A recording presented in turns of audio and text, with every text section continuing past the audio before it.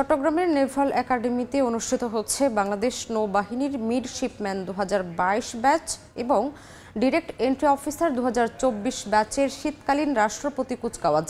সেখানে আছেন রিপোর্টার কমল দে। সরাসরি যাচ্ছি তার কাছে।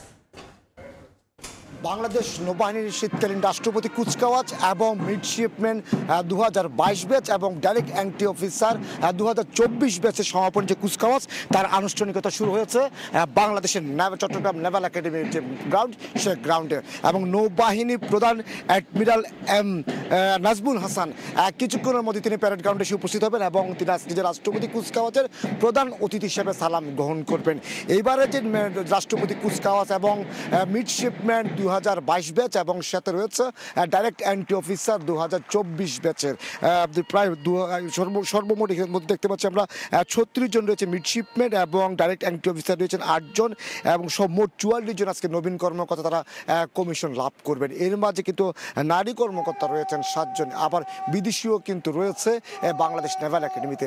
বাংলাদেশ নেভাল একাডেমির যে প্রশিক্ষণ সেটি কিন্তু এখন আন্তর্জাতিক মানের পর্যায়ে পৌঁছেছে, যে কারণে বিদেশি পৃথিবীর বিভিন্ন দেশ থেকে কিন্তু ক্যাডেটরা আসেন এখানে মূলত প্রশিক্ষণের জন্য। এটি কিন্তু বাংলাদেশ নৌবাহিনী সে ব্যবস্থা করে রেখেছে। আপনি জানেন যে যেহেতু বাংলাদেশ বিশাল সমুদ্র সীমা জয়ের পর কিন্তু যে বিশাল সমুদ্র যে সীমা বাংলাদেশের সেটিকে সুরক্ষা দেওয়া, একই স্বাধীনতা সার্বভৌমত্ব রক্ষায় নৌবাহিনীর গুরুত্ব অপরিসীম। নৌবাহিনী কিন্তু এখন একটি ত্রিমাত্রিক বাহিনীতে রূপ নিয়েছে।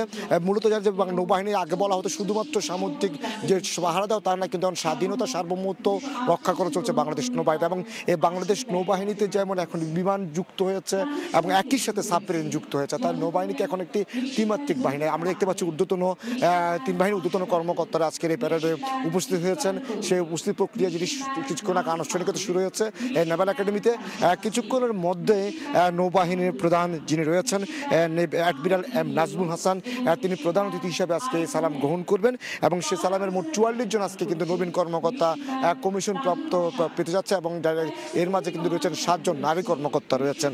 এবং আরেকটি বিষয় আমি যেটি বলি সেটি হলো আজকে যে কুচকাওয়াজ, সেই কুচকাওয়াজে ডাইরেক্ট অর্থাৎ যে সর্বোচ্চ যে সেরা চৌকস মিডশিপম্যান হিসেবে সোর্ড অফ অনার লাভ করেছে তহিদুর রহমান জয় এবং একই সাথে এবং আরও বেশ কয়েকজন ঊর্ধ্বতন যে নবীন কর্মকর্তা আজকে পুরস্কৃত হতে যাচ্ছেন। তো বলা চলে আজকের যে রাষ্ট্রপতি কুচকাওয়াজ, সেই রাষ্ট্রপতির কুচকাওয়াজের আনুষ্ঠানিকতা শুরু হয়েছে এবং যে কুচকাওয়াজের আনুষ্ঠানিকতায় সালাম গ্রহণ করবেন নৌবাহিনীর প্রধান অ্যাডমিরাল এম নাজমুল হাসান।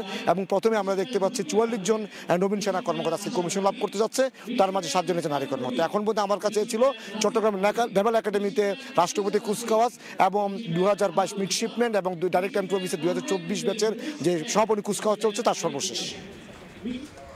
সরাসরি যুক্ত ছিলাম চট্টগ্রামে।